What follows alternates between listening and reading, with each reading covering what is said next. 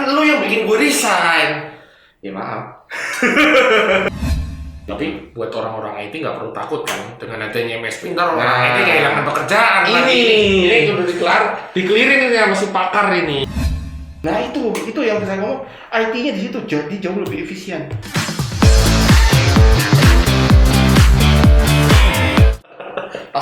Tas. Lama lu gak ketemu. Iya maklum pandemi. Kan saya banyak di rumah aja. Ikutin protokol pemerintah di rumah aja. Oh, hashtagnya apa? Di rumah aja. Jadi kalau kantor Takut istri. hashtag takut istri. Nah, itu gak akan gue edit. Kan yang pip kan tergantung gua.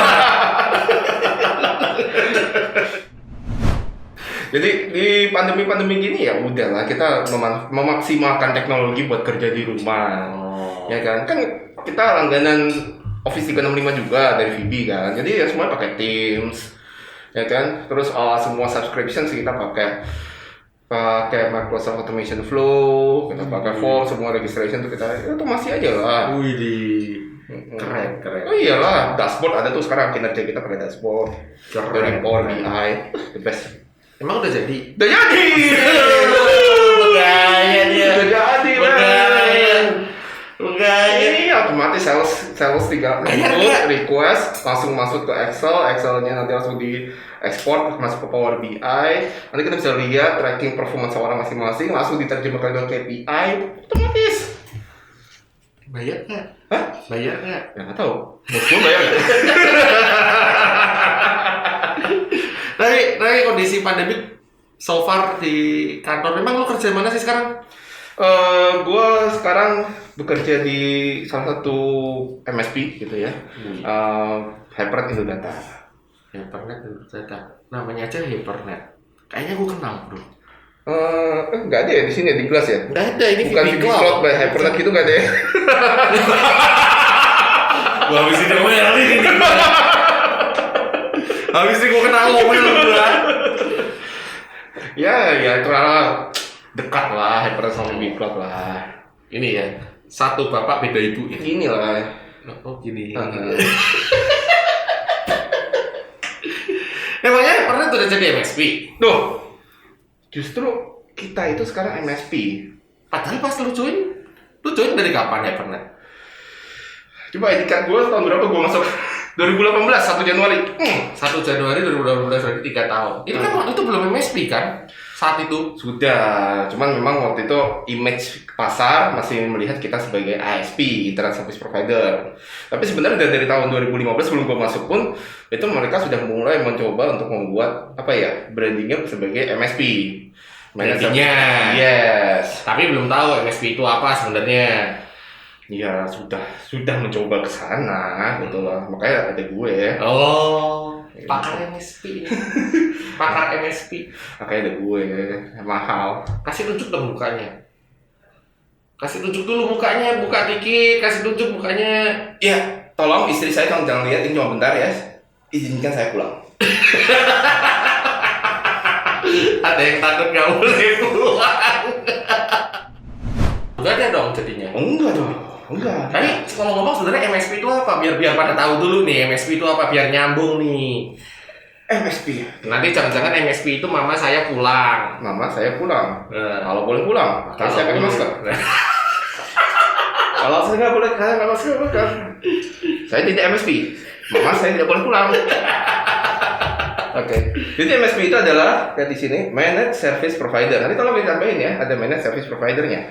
Oke. Nah, jadi sebenarnya gini Pak, MSP, Managed Service Provider. Kalau dilihat nih dari zaman dulu, histori dari bisnis dari komputer, awal di tahun 1990-an nih, itu dulu awalnya orang mulai jual, itu mereka sebutnya sistem builder. Oke, sistem builder. Itu jadi mereka membuat komputer. Jadi mereka membuat waktu itu sebutannya adalah white box. Jadi orang banyak itu perusahaan-perusahaan kecil itu bikin komputer. Itu karena waktu itu mulai keluar komputer. Tahun berapa itu? Tahun 1980-an lah. Oke. Ya lu belum lahir kayaknya. Gua lahir sih 77 sih. Enggak, lu 87. Lu? CEO 87 the best. Bukannya lu 87 juga? Iya sama. Pakar. The best. The best. Gitu. Nah, jadi tahun 80-an gitu. Nah, itu system builder. Nah, tapi akhirnya mereka terdisrupsi. Jadi disrupsi benar nggak terjadi dari zaman dulu. Mereka terdisrupsinya adalah contoh apa? Keluar HP, Compaq, IBM pada waktu itu. Yang membuat PC-PC dengan mereka skala besar sehingga harganya murah. Oke. Gitu. Sehingga yang tadi yang kecil-kecil itu mereka kalah. Akhirnya mereka merubah bisnisnya sebagai apa? Tadi sistem builder, sekarang mereka sistem reseller.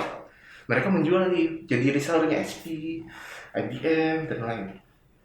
Nah setelah itu mereka tambahin, oh kalau gitu kita tambahin servis deh. Tambahin servis. Servisnya apa? Servis instalasi PC-PC waktu itu. Nah lalu pada tahun 1900-an itu 1990-an itu mulai muncul internet. Oke, waktu itu kita mungkin zaman dulu ya pakai 080989 gitu kan. Nah, itu orang angkatan kita pasti udah kayak nyang banget. Itu adalah fase awal-awal internet waktu itu. Gitu. Nah, saat itu mulai semuanya terkoneksi satu sama lain. Muncul lini bisnis baru. Apa lini bisnis baru? Bagaimana kita bisa mengintegrasikan PC sini, PC sana, bisa tersambung ke server. Lalu harus ada proteksinya, firewall dan lain. Muncul sistem integrator. Oke. Kayaknya gue beken tuh dengan nama sistem integrator. Iya. Gitu kan, sistem integrator. Banyak di Indonesia. Itu mungkin dulu kita mungkin pernah kerja bareng gitu dan banyak dulu pernah kerja bareng cuma 3 bulan. Ya 3 bulan ya. Ya pernah lah. Kan lu yang bikin gue resign. Ya maaf. Ayo, by the way, inget ya? Pak, tukangnya masih lama nggak, Pak? Jadi biar pada tahu nih, pakar ini nih dulu nyambung kabel sama gua di salah satu apartemen di Jakarta Barat dan dia bilang, Pak, tukangnya masih lama nggak, Pak?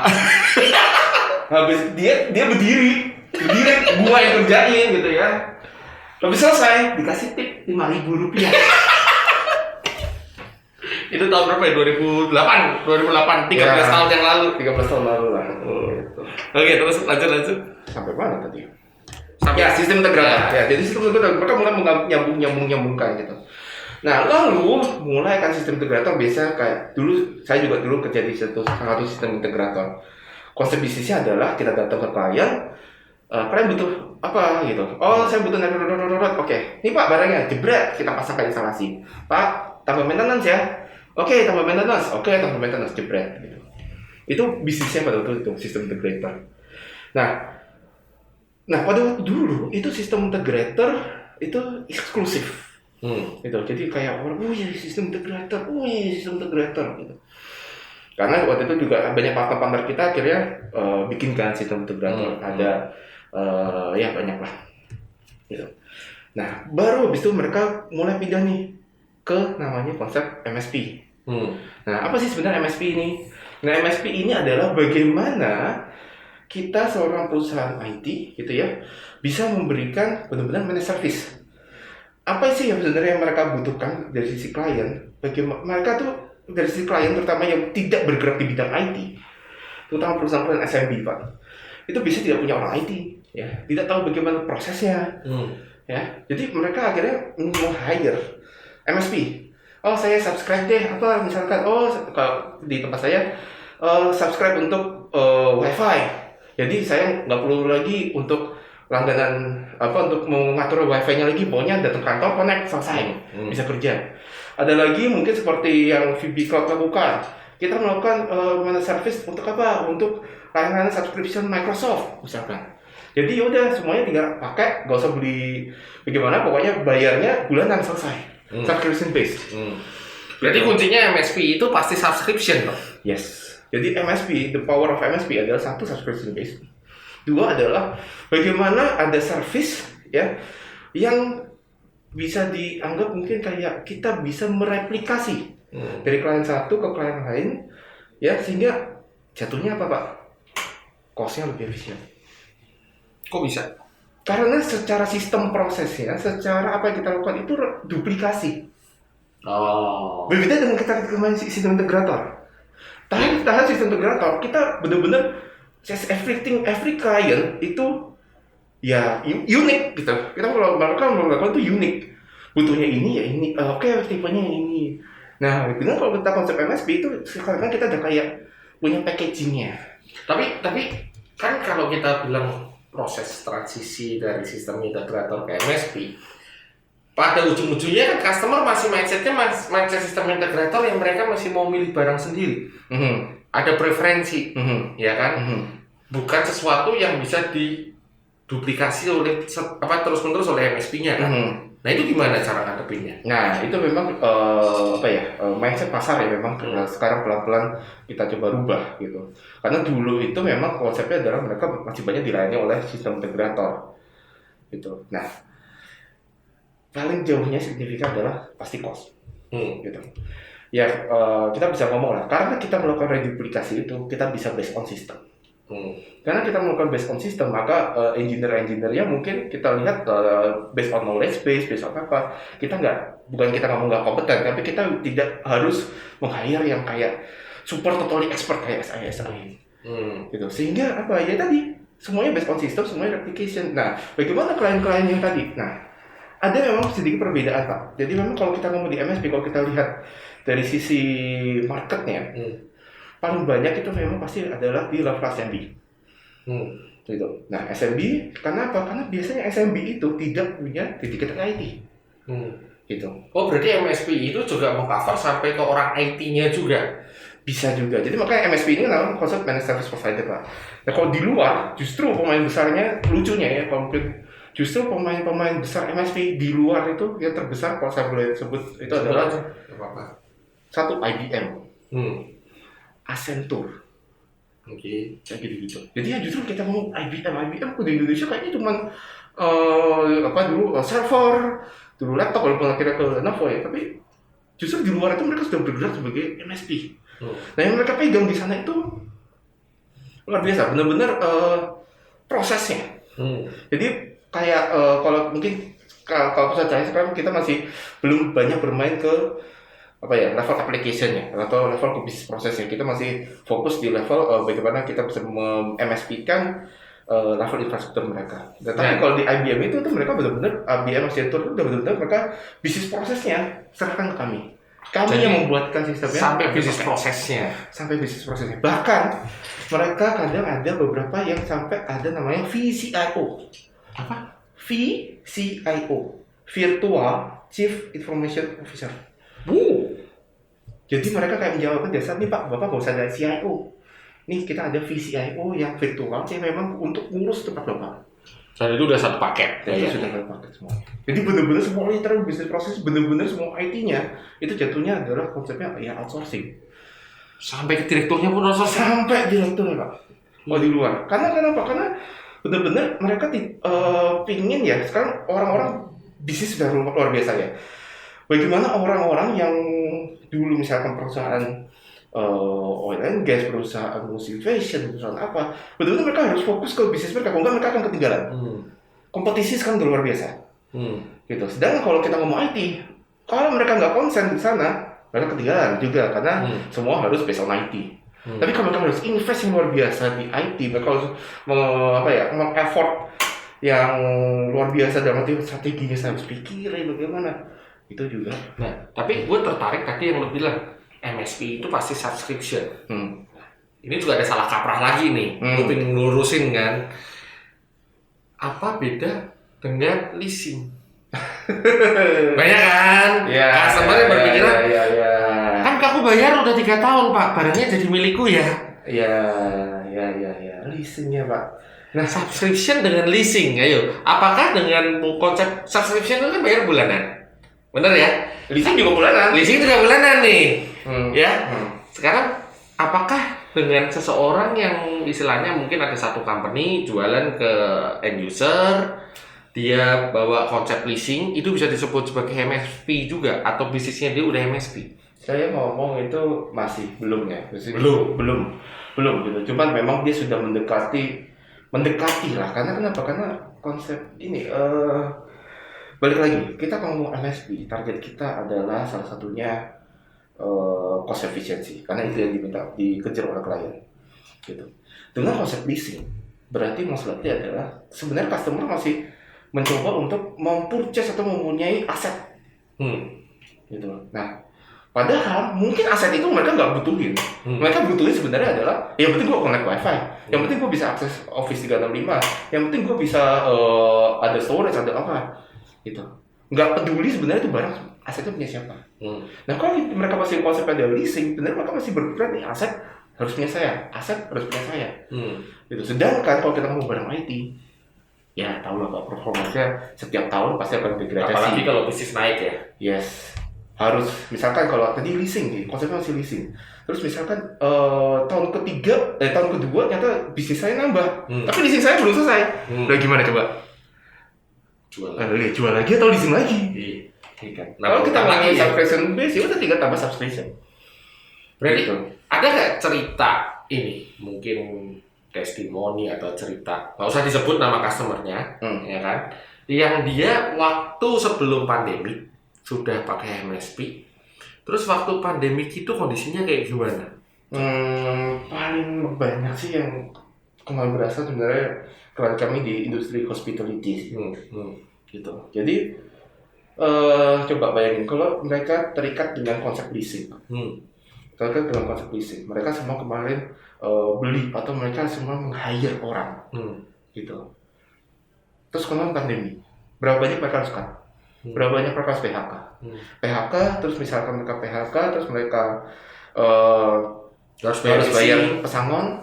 Iya, terus leasing lagi, leasingnya nggak bisa di cancel kayak gitu kan? nggak ada pemasukan, nggak ada pemasukan. Nah kemarin beberapa hal yang memang kita lakukan sini adalah ya ini memang adalah salah satu niat baik dari teman company saya pernah satu terutama di industri hospitality. Biasanya kita karena konsep subscription base ya udah kita kurangin, kita kurangin konsumsinya atau misalkan engineer kita tarik dulu. Karena mereka tuh juga load kerjanya nggak itu, ya kita tarik dulu. Nanti kalau bisnis coba getting better, kita taruh lagi. Mereka bayar lagi. Seperti itu. Jadi konsepnya seperti itu. Proses recovery-nya juga cepat banget. Cepat. Gitu. Jadi buat saat mereka misalkan, wih, ini corona hilang di luar. Set, insya Allah besok corona hilang. Amin. Gitu kan? Jin Joko jadi datang ya? Ya asap hitam keluar. Gitu. Jadi benar-benar misalkan corona hilang gitu ya udah mereka tinggal tambah subscription. Pak saya lagi udah bisnis going well, saya tambah lagi untuk engineer-nya, saya tambah lagi storage-nya saya tambah lagi coffee code mungkin juga udah merasakan itu gampang banget. Seperti itu. Berarti kalau dengan konsep MSP, kontraknya itu kita let's say ngomong nih, kan tadi kita bicara subscription versus leasing nih. Leasing kan bisa jadi cicilan untuk make sense kan 3 tahun. Apakah subscription juga harus kontrak minimum 3 tahun Pak kalau di MSP? Nah, kalau di MSP sebenarnya biasanya itu memang minimal di 1 tahun untuk sekarang. Setahun. Gitu, karena masih ada istilahnya kita masih konsepnya seperti hardware based. Makanya istilahnya setahun gitu. Karena ini it's about business sebenarnya. Kita juga nggak mau rugi-rugi banget kan. Kita punya klien masa kita kasih bulanan atau mungkin kita nggak ikat atau apa ya. To be fair kita pasti akan ikat minimal di setahun. Seperti itu. Cuma karena konsep kita di subscription ya gitu, di sisi kami juga perlu lebih fleksibel, lebih enak. Gitu sih.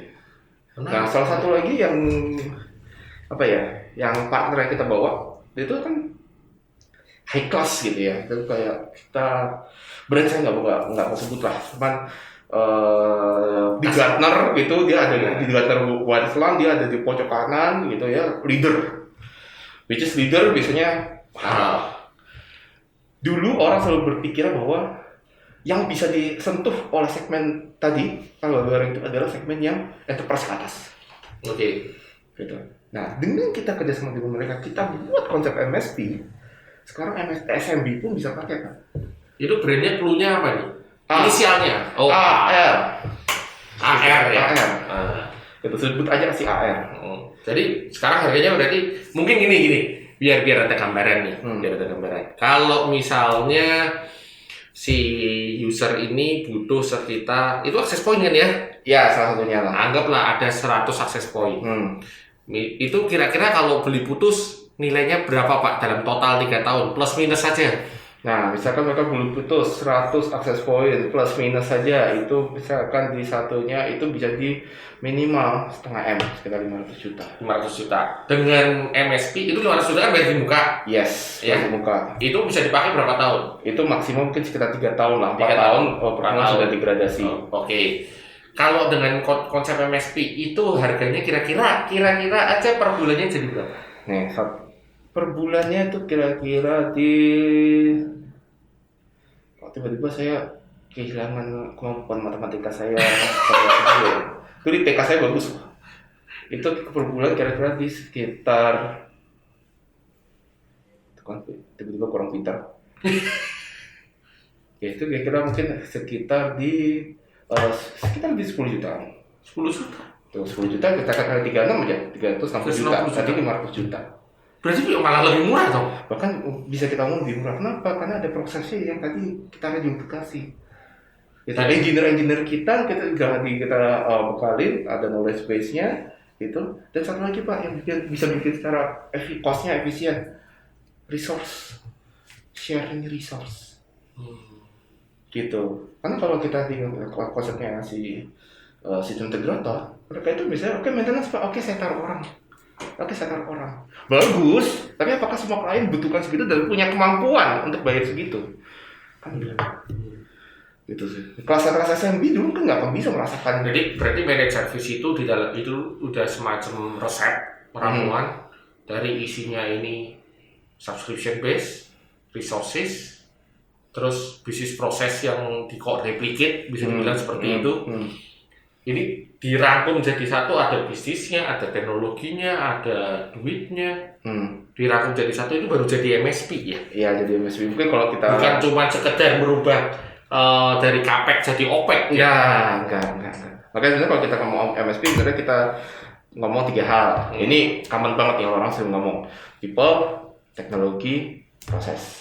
Oke. Gitu. Jadi people kita udah bahas bagaimana kita bisa manage people-nya, secara sertifikasi juga jaga. Tapi konsepnya adalah mau nggak mau supaya bisa cost masuk, kita konsepnya adalah sharing resource.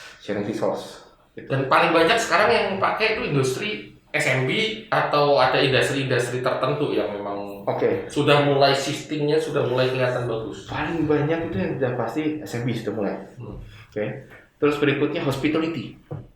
Walaupun hospitality sekarang lagi agak terganggu ya, tapi sebelumnya hospitality merupakan suatu segmen yang luar biasa untuk MSP. Kenapa? Karena mereka secara income-nya kadang naik turun. Mereka nggak stabil terus, ada okupansi yang tinggi. Kalau mereka harus standby tim IT terus, fixed cost bagi mereka. Dan itu lumayan tinggi. Tapi buat orang-orang IT nggak perlu takut kan dengan adanya MSP, ntar orang IT kehilangan pekerjaan. Ini udah dikelirin ini sama si pakar ini. Nih, kalau boleh saya sebut nama lagi nih, ini dulu saya punya pengalaman menarik. Waktu saya dulu kerja di suatu perusahaan oil and gas. Waktu itu oil and gas terbesar di Indonesia ya? Iya, oil and gas Indonesia. Nah, oil and gas Indonesia, bukan nggak ada terbesarnya tapi oil and gas Indonesia. Dulu manajer saya namanya Pak Andi Estahir. Gitu. Dulu kata-katanya lucu.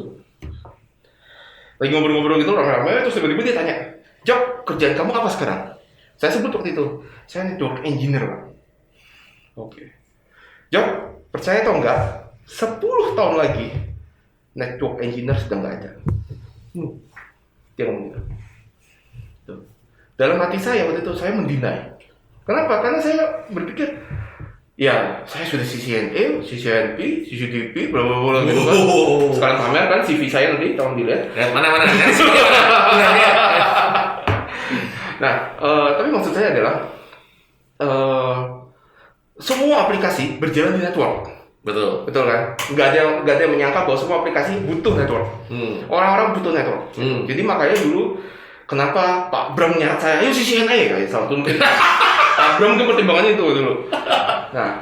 Nah, tapi itu Pak, semuanya network. Jadi saya berpikir nggak mungkin hilang, karena pasti dibutuhin. Gitu. Jawaban dia cuma Job, nanti tuh ada vendor Job.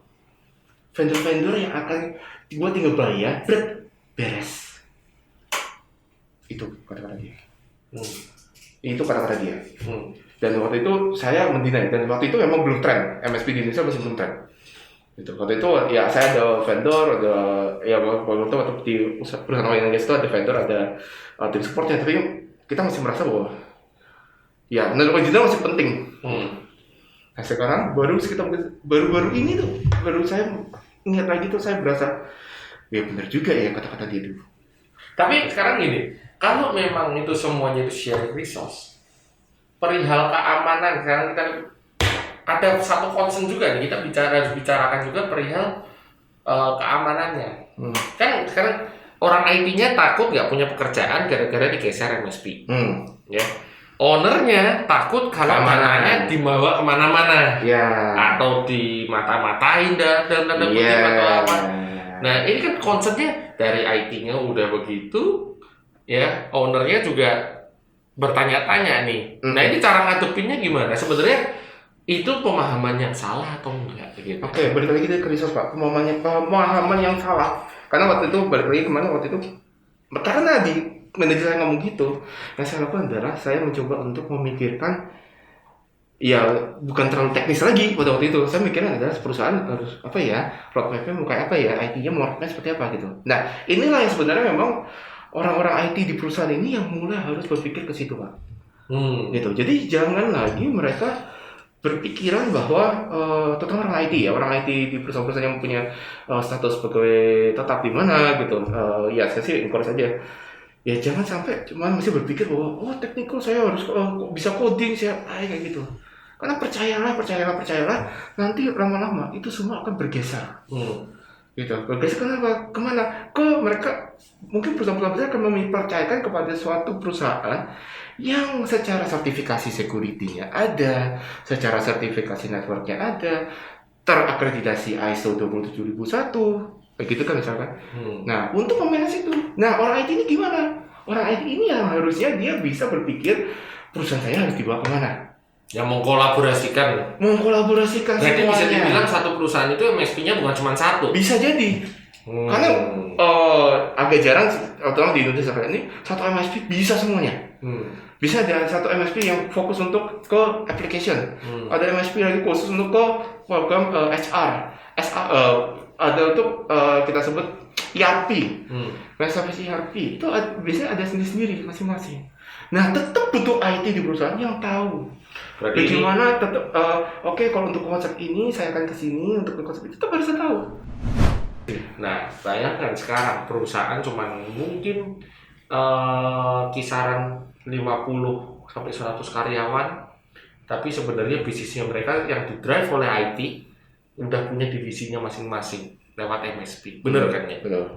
Dan secara perangkat dan tools-toolsnya semuanya udah include di situ, bener ya? Betul.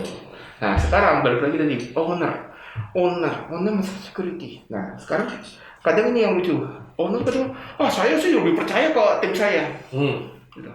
Nah menurut saya agak lucu. Kenapa? Coba Pak Bram lebih percaya mana? Pak Bram punya satu orang security, ya? Atau Pak Bram percaya ke satu perusahaan yang sudah terakreditasi ISO 27001, sistemnya udah jelas, prosesnya udah jelas. Itu. Nah, lebih percaya mana? Itu sama aja kayak analogi yang gue biasa pakai itu. Apa? Gue lebih percaya, gue punya duit nih 10M. Gue lebih percaya titipin lu atau gue titipin bank. Yes, sama. Bener ya? Yes, ke instansi sudah jelas prosesnya. Atau ke satu orang yang mungkin 2 tahun lagi resign. Atau tahun depan resign. Atau umur gak ada yang tahu. Atau umur gak ada tahu. Gitu. Semua data dibawa dia. Otak-otaknya semua dibawa. Itu. I see. Menarik nih MSP ini. Tapi sebenarnya di Indonesia udah banyak belum sih MSP? Local company. Ada. Berapa ada? Perkembangannya berapa banyak? Lumayan Pak. Lumayan. Perusahaan-perusahaan besar. Jadi terutama kayak SI. SI itu udah mulai berpindah ke MSP. Dan mereka juga melihat bahwa pasar-pasarnya berubah gitu loh. Terutama secara budget IT-nya sekarang juga makin lagi depres. Nah, mereka tetap butuh maintenance, mereka tetap butuh support, tapi mereka nggak bisa dengan konsep dedicated IT lagi. Gitu. Makanya mereka udah mulai bertransformasi. Gitu. Ada beberapa kemarin perusahaan SI cukup besar, kebetulan salah satu timnya jual ke tim saya. Ya mereka cerita, Pak dulu saya tuh punya ada klien di sini gitu, tapi budgetnya nggak masuk Pak. Dulu bisa masuk saya dengan konsep SI, tapi sekarang udah nggak bisa. Mereka sekarang maunya konsepnya MSP. Kenapa? Ya budgetnya nggak masuk Pak. Gitu. Jadi sekarang tuh memang udah mulai transformasi ya. Jadi zaman sekarang ini end user pemilik perusahaan sudah harus mulai transisi. Nggak cuma teknologinya ditransisikan, tapi pola pikir dan mindset dari pengadaan jadi subscription ini juga harus transisi. Terus perusahaan IT yang giant-giant nih, yang dinosaur juga harus mulai transisi juga. Yes. Banyak perusahaan IT itu. Kita ngomong perusahaan yang berbasiskan telekomunikasi, perusahaan telekomunikasi negara, mereka sudah mempunyai perusahaan yang fokus ke situ. Ya sudah banyak kan, sudah. Cuman ya sekarang ini it's about saya ngomong apa ya, balapan ya kalau kita ngomongnya. Di Indonesia ini kan kayak kita ngomong 3 tahun atau 5 tahun terhambat dibanding di luar, misalkan Singapura. Gitu. Kalau kita lihat di pasar-pasar di Singapura, di US itu buat MSP loh. Semua udah subscription based. Semua subscription based. Hampir mungkin sekitar 70% sudah menggunakan subscription based. Kenapa? Karena bagi ya terutama ya kayak Pak Bram udah tahu kan sekarang udah megang duit perusahaan. Taunya ya gue taunya fixed cost gue berapa setahun harus keluarin gitu. Jangan ada kaget-kagetan. Kalau ada kaget-kagetan ya siapa yang gue pecat kan gitu. Ya kayak gitu. Jadi sekarang ya benar-benar subscription. I see. Menarik. Ya, tapi proses transisi ke MSP itu sendiri berarti ya nggak gampang ya untuk si perusahaan maupun si end user. Kalau end user sih menurut saya sih tidak terlalu sulit. Justru mereka malah happy ya. Karena efisiensi. Karena satu efisiensi, dua kayak misalkan IT. Ini banyak saja kejadian IT yang dulu site-nya seluruh Indonesia, bengkel, gitu. Bengkel seluruh Indonesia. IT-nya cuma 3 Pak di Jakarta, di Bandung. Untuk semua ya. Jadi mereka kadang ada mati, cuma kalau ada jalan. Dan dulu cuma MSP. Yang kan ada tolong dong saat di mana? Di Sulawesi. Dicek. Oh ya udah, ada tim kita yang dari Sulawesi datang. Jadi dia just dari kantor aja. Dari kantor. Nah itu yang saya ngomong. IT-nya di situ jadi jauh lebih efisien. Satu pertanyaan terakhir. Rekor efisiensi salah satu pelanggan yang pernah terjadi paling besar efisiensi sampai berapa persen? Ya sebenarnya kalau kita ngomong efisiensi Pak, ini ya saya nggak berani ngomong yang gimana banget karena jatuhnya banyak orang ngomong ini data dilembah-lembahin, tapi coba kalau kita ngomong tadi misalkan contoh tadi yang bengkel, mereka di mana mereka harus transportasi dari Jakarta terus sampai ke Surabaya, Jakarta ke Semarang, balik lagi harus dicutiin lagi, itu sebenarnya ada cost. Nah ini yang sebenarnya kadang tuh mereka nggak ngitung. Jadi istilahnya cost yang tidak terlihat. Mereka cuma lihat saya hire IT-nya sekian kok. Tapi kadang mereka nggak ngitung biaya transportasinya, mereka nggak ngitung cutinya karena mereka lembur atau apa. Gitu. Kalau saya ngomong sih paling gede itu biasanya yang multi site. Itu bisa kita ngomong sih kalau kita hitung sampai transportasi itu bisa sampai di 40%. Karena biaya siluman tadi, biaya siluman tadi. Kalau kita ngomong cuma biaya perangkat, biaya orang, ya mirip Pak sebenarnya. Tapi kalau kita ngomong Pak, mereka harus take time ke lokasi, belum lagi misalkan take time untuk upgrade firmware tuh. Tuh sering banget harus lembur itu, belum lagi biaya kalau nggak diamukin istri karena kebanyakan kerja kan nggak boleh masuk rumah itu costing ya. Istrinya Pak Joko ini bapaknya beneran kerja sekarang curhat di sini.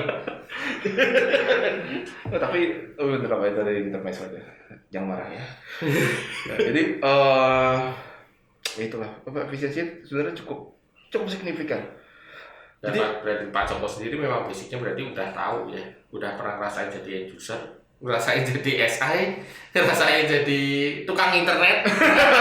Jadi awal tukang internet ya kan, Iya. masak-masak gitu. Habis itu tukang firewall apa antena, Antena. sampai aplikasi berpetir gitu. Habis itu pindah ke SI, jual barang yang miliaran, iPhone, bla bla bla. Terus kayak user, sekarang ke MSP. Dan menurut Pak Joko ini nih, paling menarik ke depan itu apakah itu bener MSP atau bakal ada transisi gimana lagi? Ya, saya sih melihat transisinya, ya saya nggak tahu lah, untuk konsepnya pasti dalam kurun 5 atau 10 tahun semua, tahun lagi udah pasti subscription base nomor Itu satu. makin Itu nomor satu. Kedua adalah saya lihat eranya pasti semuanya adalah based on listrik, elektrik gitu. Jadi ya untuk yang kita harus siap-siap lah, bisnis harus pindah ke situ. Makanya kalau dilihat juga sudah mulai kan panel surya Ya, juga. ya. Gitu. Udah mulai apa perusahaan-perusahaan bikin panel surya. Gitu. Banyak tuh di Instagram keluar mulu. Itu kenapa ya sudah mulai kan ke situ. Itu. Setelah itu listrik ada di mana-mana, digitalisasi di mana, communication. Nanti 5G coba bayangin. Nah, 5G kalau benar-benar udah kita masuk di Indonesia, itu udah mudah banget cuma komunikasi. Itu. Saat 5G masuk, industri internet yang kayak harus pakai kabel fiber apa, pasti akan turun. Mau nggak mau kita harus kasih service lain. Dan otomatis dengan adanya 5G, kebutuhan IT akan semakin meningkat. Betul. Communication apa, tapi karena mereka tidak punya dedicated IP public atau karena 5G yang penting dia bisa internet, celahnya nanti adalah bagaimana service, terus bagaimana bisa membuat interconnectivity yang aman over internet. Oke. Sip, Pak Joko. Hmm. Thank you buat waktunya. Lama-lama. Menarik. Kita bikin MSP versi 2 dah habis ini sesinya. Oh gitu. Tapi bawa customer-nya biar dia cerita. Oh customer. Iya. Oke. Biar dia cerita. Jadi teman-teman nanti bisa yang tahu bisa real. Bener nggak sih nih yang diomongin si Joko apa si Bram ini? Jangan bohong ya. Makanya nanti kita cari biar dia yang cerita deh. Oke, Pak. Sip. Thank Thank you. Thanks a lot ya. Yuk, stay safe. Stay safe. Stay safe. Bye. Bye.